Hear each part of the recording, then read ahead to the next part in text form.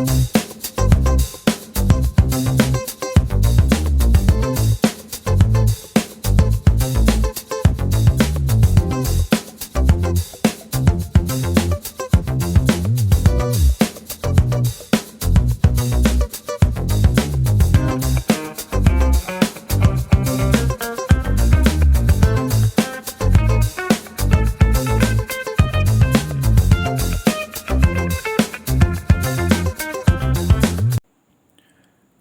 Good morning dear students.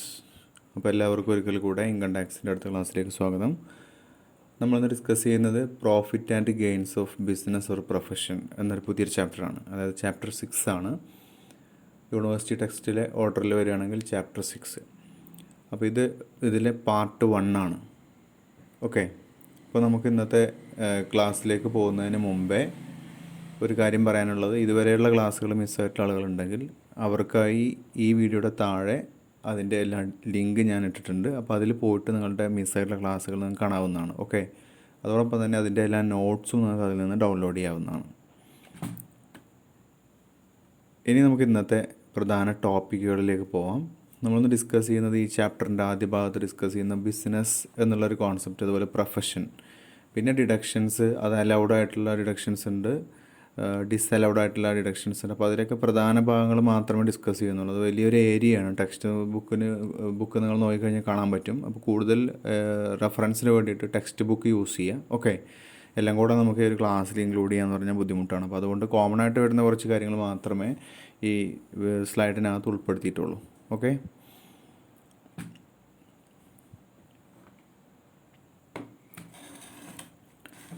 അപ്പോൾ ആദ്യമായി മനസ്സിലാക്കാനുള്ളത് business എന്നാണ്. നമ്മുടെ ചാപ്റ്ററിൻ്റെ പേര് അതാണല്ലോ, ബിസിനസ് അല്ലെങ്കിൽ പ്രൊഫഷൻ. അതിൽ നിന്നുള്ള പ്രോഫിറ്റ് അല്ലെങ്കിൽ ഗെയിൻ അതെങ്ങനെയാണ് ടാക്സ് ചെയ്യുന്നത്, അതിൻ്റെ കാര്യങ്ങൾ എന്താണെന്നുള്ളതാണ് മനസ്സിലാക്കാനുള്ളത്. അപ്പോൾ ബിസിനസ് എന്ന് പറഞ്ഞു കഴിഞ്ഞാൽ any trade, commerce or manufacture,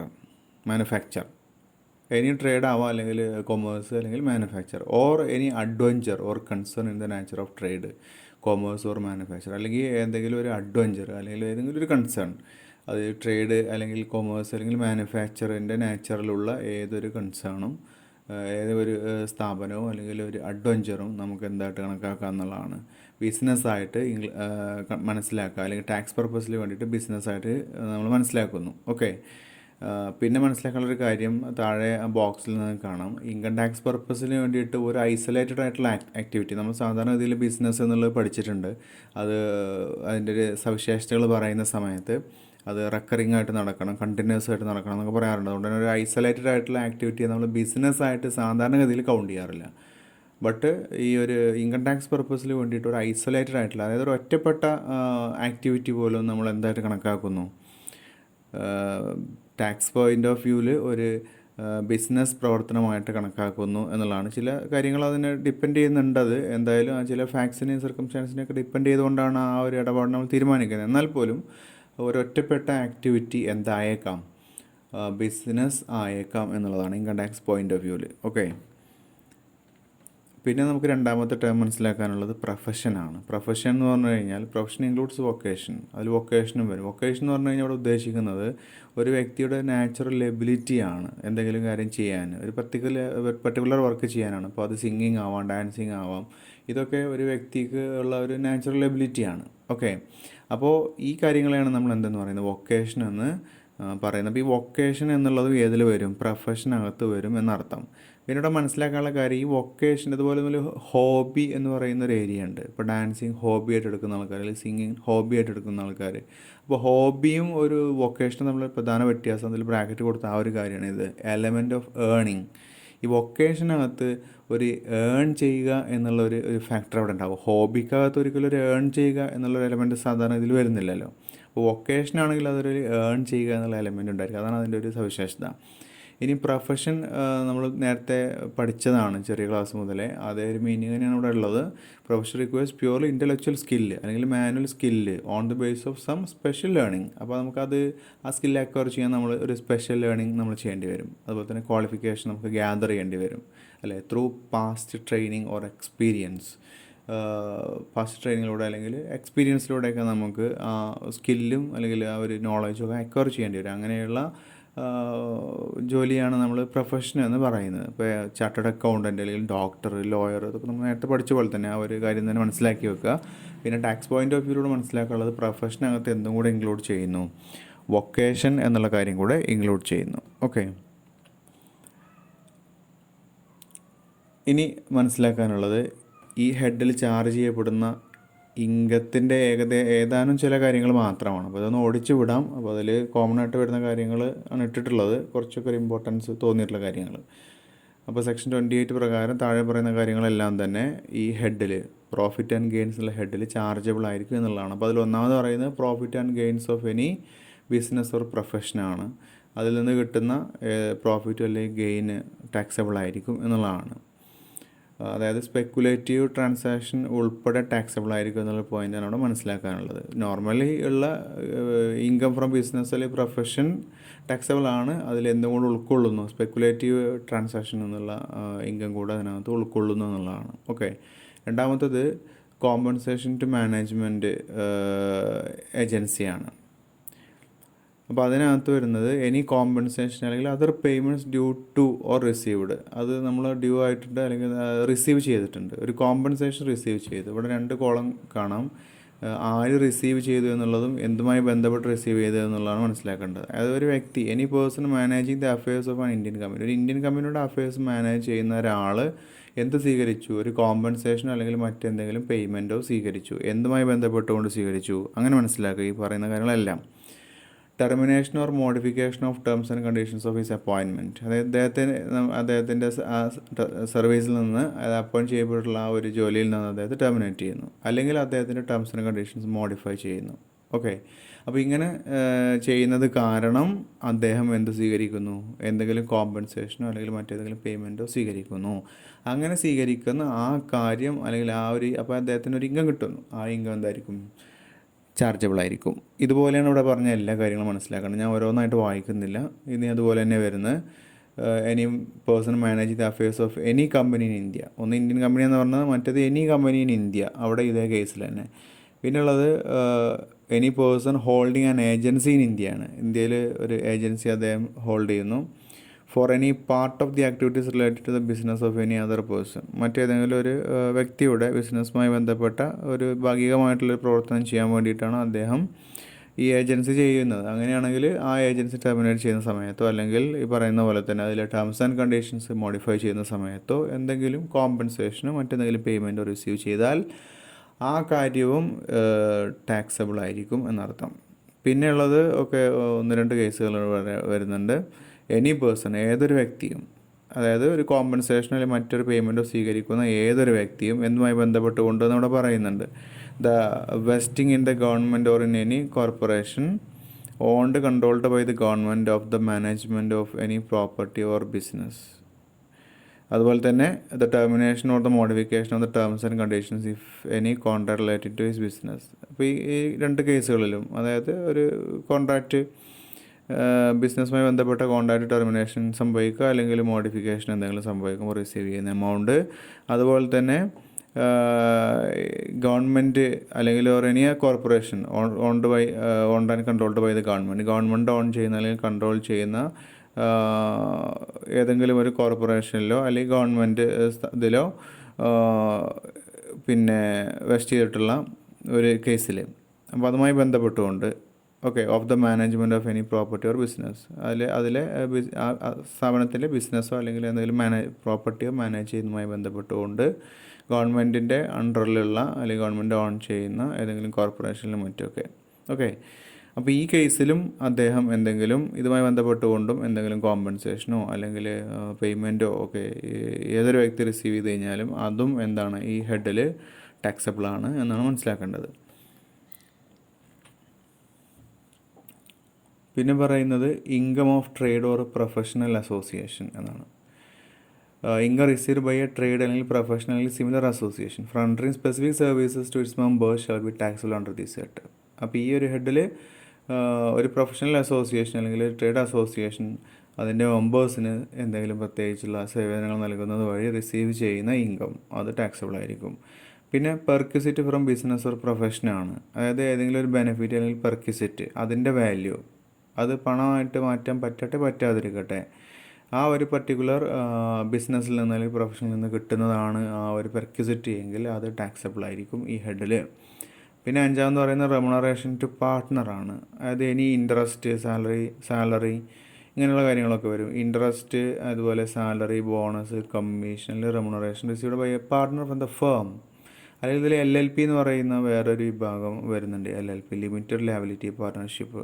അത് ടാക്സബിൾ ആയിരിക്കും ആരുടെ കയ്യിൽ? പാർട്ട്ണറുടെ കയ്യിൽ. ഓക്കെ, അതായത് പാർട്ട്ണർ ഈ ഒരു സാലറിയോ ബോണസോ കമ്മീഷനോ മറ്റൊക്കെ റിസീവ് ചെയ്തിട്ടുണ്ടെങ്കിൽ അദ്ദേഹത്തിൻ്റെ പേഴ്സണൽ ഇൻകം കാൽക്കുലേറ്റ് ചെയ്യുന്ന സമയത്ത് അദ്ദേഹത്തിൻ്റെ ഇൻകം ഫ്രം ബിസിനസ്സിൽ നിന്ന് അല്ലെങ്കിൽ പ്രൊഫഷനിൽ നിന്ന് ഉള്ള ഇൻകമായിട്ട് അതിനെ നമ്മൾ കണക്കാക്കുന്നതാണ്. ഓക്കെ, അത് എത്രത്തോളമാണോ ആ ഒരു കണ്ടീഷനൊക്കെ വരുന്നുണ്ട് അതിൽ. Of the partner to the extent allowed in the hands of firm, അല്ലെങ്കിൽ ആ ഫേം അല്ലെങ്കിൽ ലിമിറ്റഡ് ലയബിലിറ്റി പാർട്ണർഷിപ്പ് ഉണ്ട്. അപ്പോൾ ഇതൊക്കെ ഡിഗ്രി PG എത്തുമ്പോൾ പഠിക്കാനുള്ള ഒരു ഏരിയയും കൂടെയാണ്. അതായത് ചില കേസുകളിൽ അത് ഇല്ലാതെയും വരുന്നുണ്ട്. അതായത് ഫേമിൻ്റെ കയ്യിൽ അത് ടാക്സ് ഈടാക്കിയിട്ടുണ്ടെങ്കിൽ പിന്നീട് അത് ഈ പേഴ്സൺസിൻ്റെ അല്ലെങ്കിൽ പാർട്ട്നേഴ്സിൻ്റെ ഇൻഡിവിജ്വൽ ഷെയർ കാൽക്കുലേറ്റ് ചെയ്യുമ്പോൾ എടുക്കാത്ത കേസുകളുണ്ട്, എടുക്കുന്ന കേസുകളൊക്കെ വരുന്നുണ്ട്. ഓക്കെ, എന്തായാലും ഇവിടെ ഇപ്പോൾ പറഞ്ഞ അതൊരു നോർമൽ കേസിലാണ്. പാർട്ട്ണർ റെമുനറേഷൻ സ്വീകരിക്കുന്നുവെങ്കിൽ അത് അവരുടെ ഇൻഡിവിജ്വൽ ഇൻകം കാൽക്കുലേറ്റ് ചെയ്യുമ്പോൾ നമ്മൾ കണക്കിലെടുക്കും എന്നുള്ളതാണ് മനസ്സിലാക്കാനുള്ളത്. ഓക്കെ,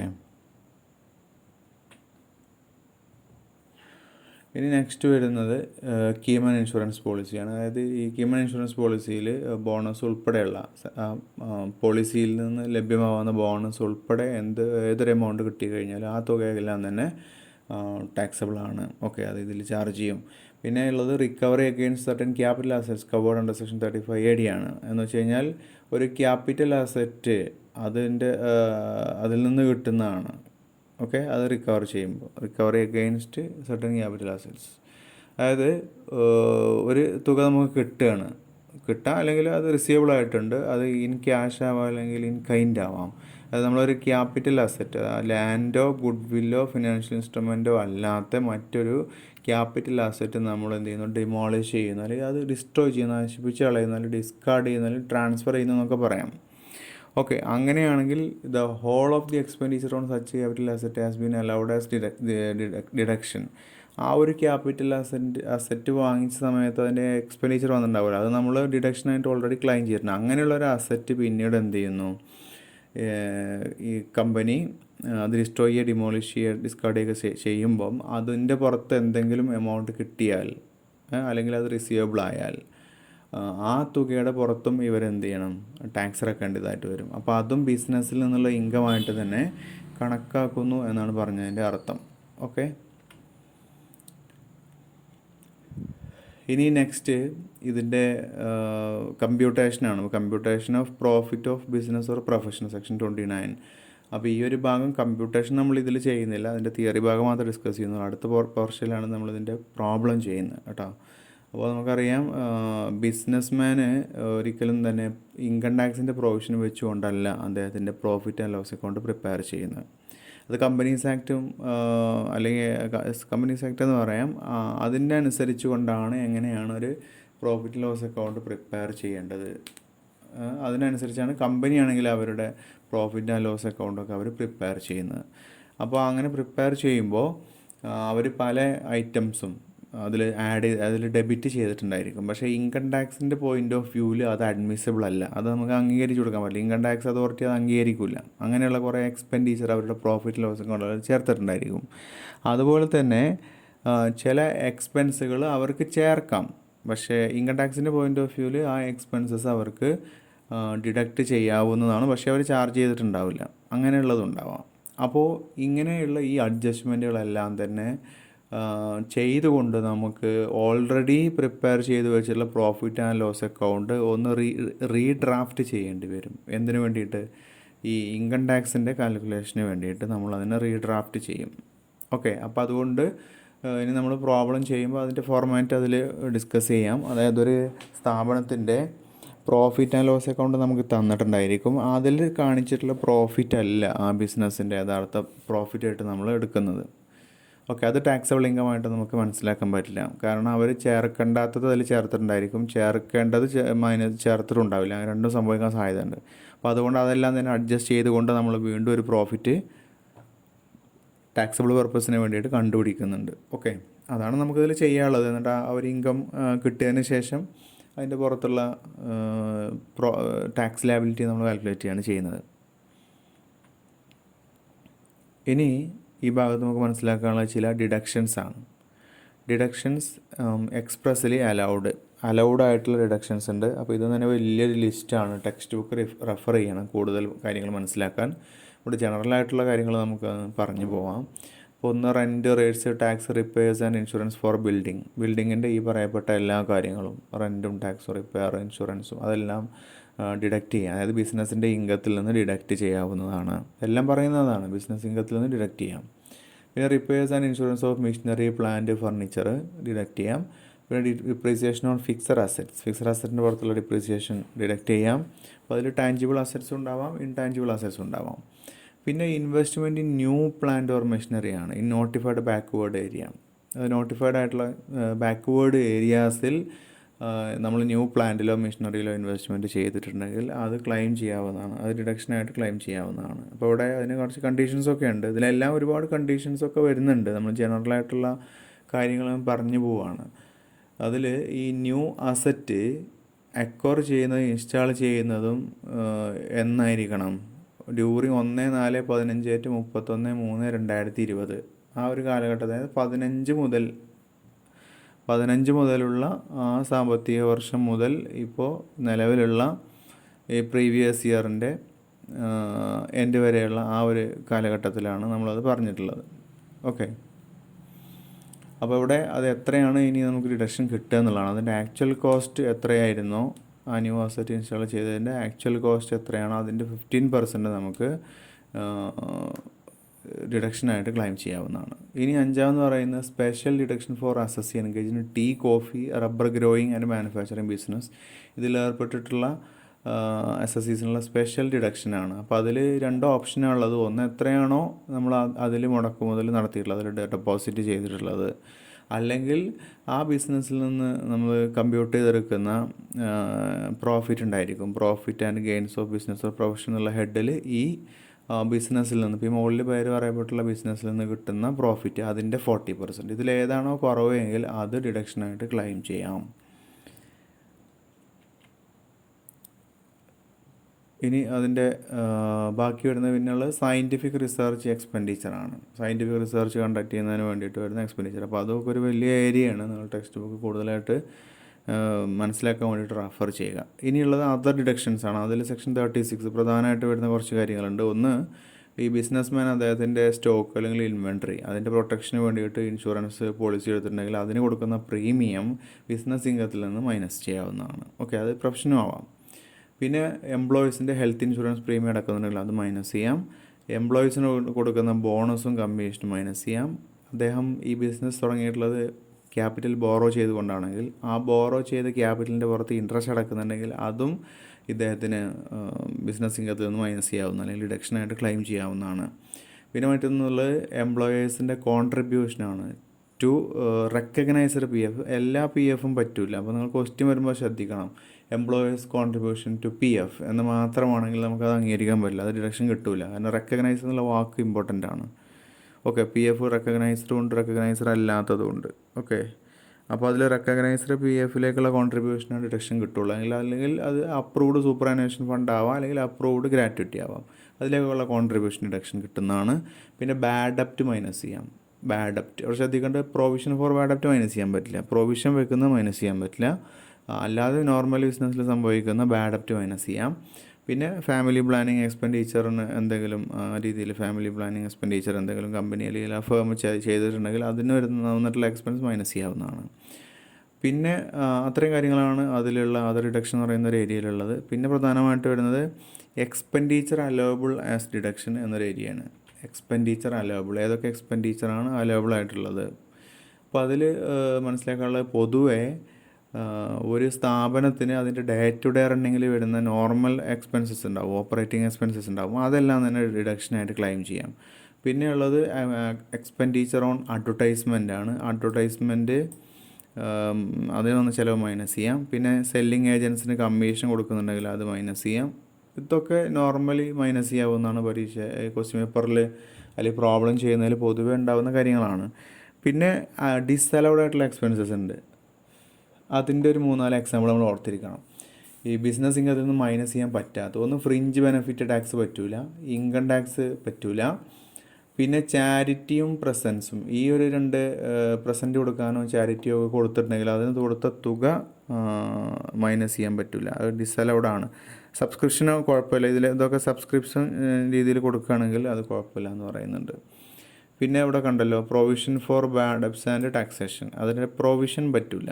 ബാഡ് ഡെപ്റ്റ് മൈനസ് ചെയ്യാൻ, എന്നാൽ പ്രൊവിഷൻ വെക്കണത് മൈനസ് ചെയ്യാൻ പറ്റില്ല. പിന്നെ ക്യാപിറ്റൽ എക്സ്പെൻഡിച്ചറാണ്, ഏത് തരത്തിലുള്ള ക്യാപിറ്റൽ എക്സ്പെൻഡിച്ചറും ഡിസലൗഡാണ്. ഇനി നമുക്ക് 1-2 എക്സാമ്പിൾസ് നോക്കാം. ഇപ്പോൾ ഇത് മൊത്തം ഇതൊന്ന് വായിച്ച് നോക്കിക്കഴിഞ്ഞാൽ ഏകദേശം എന്തൊക്കെ നമുക്ക് ഡിഡക്റ്റ് ചെയ്യാം, എന്തൊക്കെ ഡിഡക്റ്റ് ചെയ്യാൻ പറ്റില്ല എന്ന് കാണാൻ പറ്റും. ഒന്ന്, പൊളിറ്റിക്കൽ പാർട്ടിക്ക് ഡൊണേഷൻ കൊടുത്തു, അതിൻ്റെ ഒരു എന്താ പറയുക ആൻസർ എന്ത് എന്നുള്ളതാണ് ഇത് ഡിഡക്റ്റ് ചെയ്യാൻ പറ്റുമോ ഇല്ലയോ അതിൻ്റെ റീസൺ ഉൾപ്പെടെയാണ് ഒരു എക്സാമ്പിൾ മനസ്സിലാക്കാനുള്ളത്. പിന്നെ ന്യൂ ടെലിഫോൺ കണക്ഷൻ ഉണ്ട്, അതിന് ഇൻസ്റ്റാളേഷനുമായി ബന്ധപ്പെട്ട ചിലവാണ്. പിന്നെ റോ മെറ്റീരിയൽസ് വാങ്ങാൻ വേണ്ടി കമ്മീഷൻ കൊടുത്തു. പിന്നെ സയൻറ്റിഫിക് റിസർച്ചിൽ ക്യാപിറ്റൽ എക്സ്പെൻഡിച്ചർ വന്നിട്ടുണ്ട്.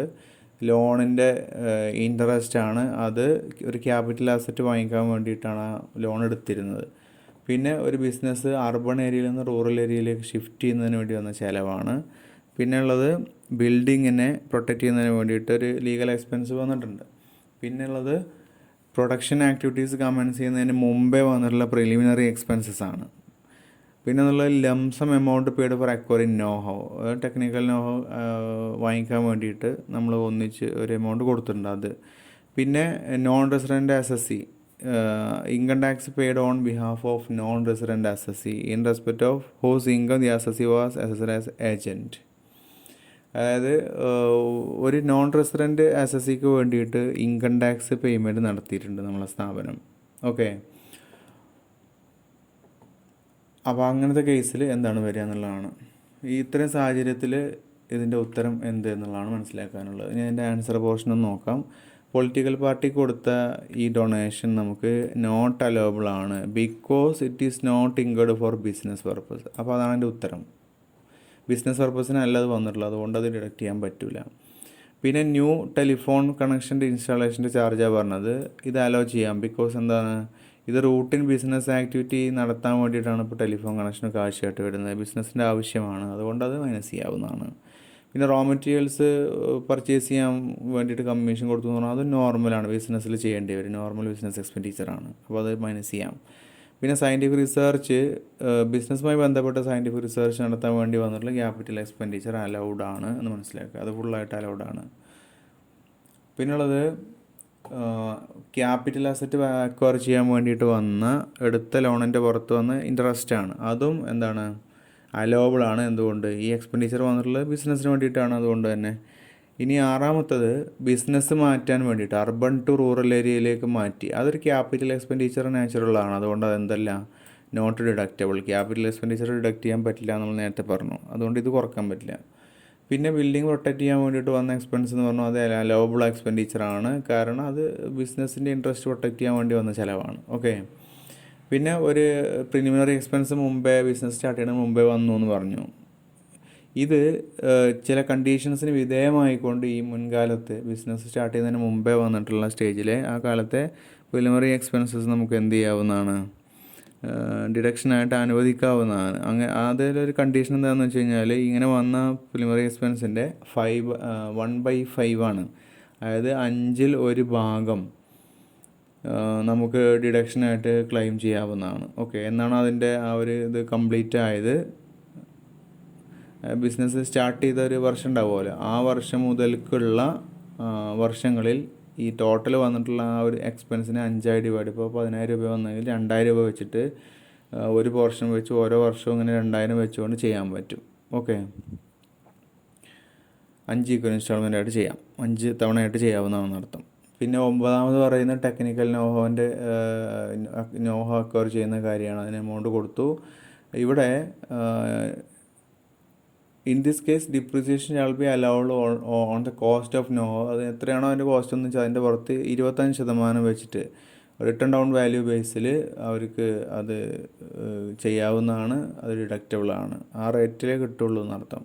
പിന്നെയുള്ള ഇൻകം ടാക്സിൻ്റെ പേയ്മെൻ്റ് ആണ് ഈ non resident assessee in respect of whose income the assessee was assessed as agent. അതായത് ഒരു ഏജൻറ്റ് എന്ന നിലക്കാണ്, അദ്ദേഹം ഒരു നോൺ റെസിഡൻറ്റ് അസസിയാണ്. അപ്പോൾ അദ്ദേഹത്തിൻ്റെ ഒരു ഏജൻറ്റ് എന്ന നിലക്കാണ് ഇവർ അസസ് ചെയ്തിട്ടുള്ളത്. അപ്പോൾ അതിന് വേണ്ടിയിട്ട് ഇൻകം ടാക്സ് നമ്മൾ കൊടുത്തിട്ടുണ്ട്, അത് ഡിഡക്ഷനായിട്ട് ക്ലെയിം ചെയ്യാൻ പറ്റില്ല. ഇത്രയേ ഉള്ളൂ നമുക്ക് ഇന്നത്തെ ക്ലാസ്സിൽ മനസ്സിലാക്കാനുള്ളത്. നെക്സ്റ്റ് ക്ലാസ്സിൽ നമുക്കുള്ളത് ഇതിൻ്റെ പ്രാക്ടിക്കലാണ്, അതായത് ഇതെങ്ങനെയാണ് പ്രോബ്ലം ചെയ്യുന്നത് എന്നുള്ളതാണ്. ഓക്കെ, അപ്പോൾ നമുക്ക് അത് അടുത്ത ദിവസം ഡിസ്കസ് ചെയ്യാം. അപ്പോൾ ഇതുവരെ പറഞ്ഞ കാര്യങ്ങൾ മനസ്സിലായി എന്ന് വിചാരിക്കുന്നു. അപ്പോൾ ഇത്രയും സമയം ക്ലാസ് കണ്ട എല്ലാവർക്കും നന്ദി പറയുന്നു. Thank you for watching.